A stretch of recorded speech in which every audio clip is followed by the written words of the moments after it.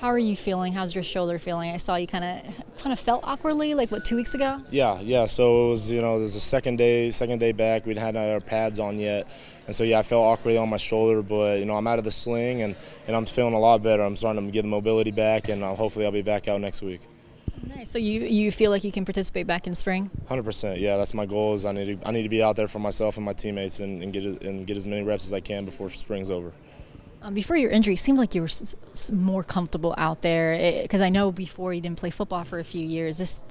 You're a different Lucas Krull out there. Did you kind of agree with that? Yeah, 100%. I think, last year was my acclimation period. So when I came in, I needed to relearn football, relearn the offense, relearn everything. And so having those seniors like Ciante, Morrill, and RJ was huge for me because those are guys that I was able to lean on, and they were able to help me every day. They weren't guys that would push me to the side and say, oh, no, this is my senior year. No, they were guys that would take time out of their day and help me more in the playbook, help me more on working routes, working technique and blocking. And so having those guys is the foundation of me being able to be a guy that we got to lean on this year.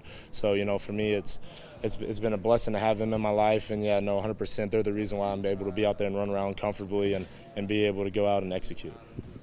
I know you mentioned they kind of helped you with the playbook and the film room, but what was their main message to you when you guys worked together? Like Ciante Lewis seemed like quite the leader of your group. What was something that he kind of harped on you when he was here?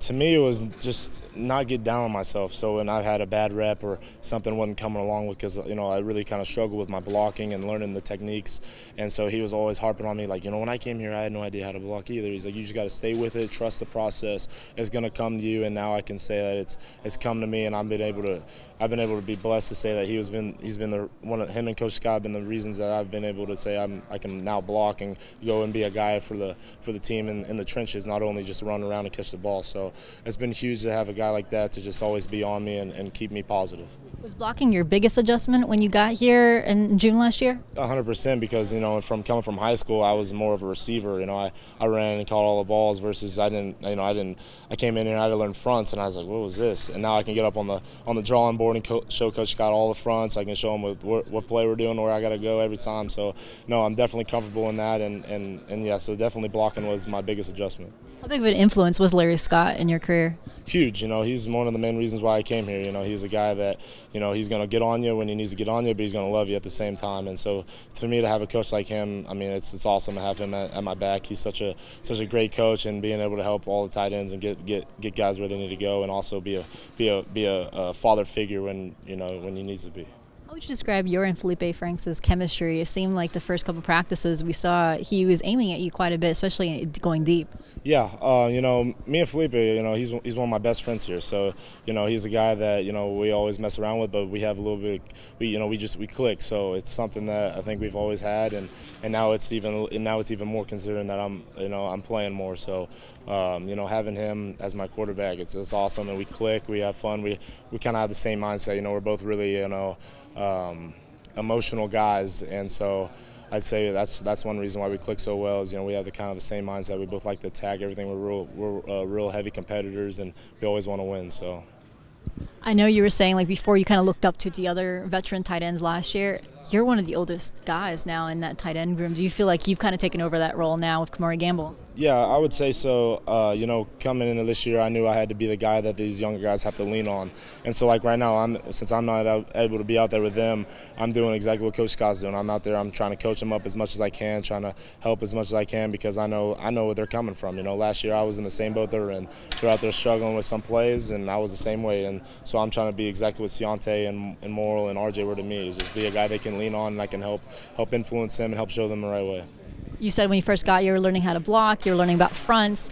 What are you trying to learn now? What is something that you're trying to focus on this spring and going into the fall? Right. Now for me it's the little details. So for me it's being exact on how far I got to go for a route, being exact on my technique and steps to block. And so now it's perfecting the craft. So now that I'm comfortable, I'm not worrying about who's going to be where I got to be, who's going there, and all that. And now I can worry about, I know exactly where I got to do, what I got to see. So now I'm playing, the game's slowed down for me. So now I can just go out there, have fun, and just perfect the craft. Have fun. That seems like something that I've heard a lot from you guys this spring. You're having fun, but you still have that hyped up energy that I saw on Saturday when Felipe Franks Banks kind of lowered his shoulder when he was going for a tackle. When you see your quarterback do that, how much does that change the kind of team's dynamic out there? Oh, I mean, if you're here and you witness it, you can just tell. It just fires everybody up. Everyone starts talking, and it just gets everybody going, and that's what we like to do here.